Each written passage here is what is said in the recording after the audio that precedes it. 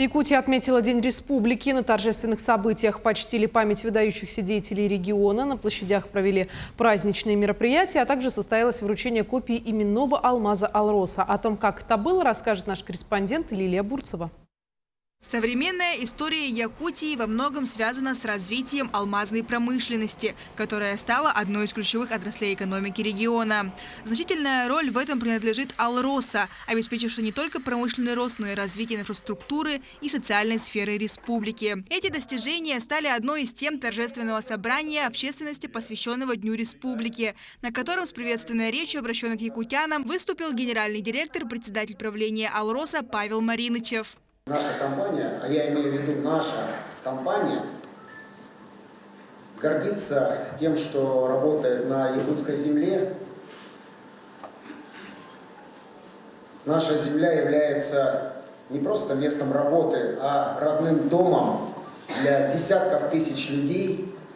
И сегодня я хочу сказать, что компания была, есть и будет надежным партнером, надежным оплотом для всех тех людей, которые в ней работают, всех тех людей, которые живут на этой земле. В День Республики в торжественной обстановке точная копия уникального алмаза весом 132,60 карата, добытого на Айхальском горно-обогатительном комбинате, была вручена Валерию Винокурову, ветерану авиации и почетному гражданину Намского района, сыну выдающегося государственного деятеля Якутии Ильи Егоровича Винокурова. Затрудняюсь сказать, что я чувствую, поскольку это произошло так неожиданно и никогда, даже в мыслях такого нет, что такое может случиться. Обязан высказать огромную благодарность. Илья Егорович Винокуров – один из ключевых государственных деятелей Якутии, посвятивший жизнь служению республике и ее жителям.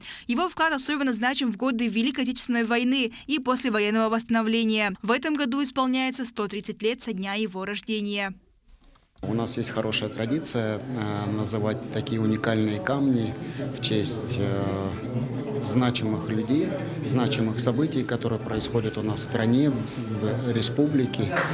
И, безусловно, Винокуров Илья Егорович – это один из тех людей, именем которого для нас честь назвать такой камень. В числе торжественных мероприятий Дня Республики состоялось возложение цветов к мемориалу Нюргуна Тимофеева, первого директора якутского предприятия по торговле алмазами. Он стоял у истоков становления алмазогранильной отрасли в республике, и его вклад в ее развитие трудно переоценить. Память о нем также увековечена. Его имя носит алмаз весом более 90 карат. Мы отмечаем ежегодно дату, связанную с образованием нашего предприятия, и вспоминаем одного из руководителей акционерной компании Алроса в те годы, человека, приложившего все свои усилия к становлению и ограниченной промышленности, и делу сортировки и оценки природных алмазов, главного богатства нашей республики. Сегодня якутские алмазы известны далеко за пределами России. Они по-прежнему остаются не только важнейшей частью экономики региона, но и символом преемственности поколений, уважения к истории и людям, которые стояли у истоков развития республики. Лилия Бурцева, Илья Сыромятников, Якутск.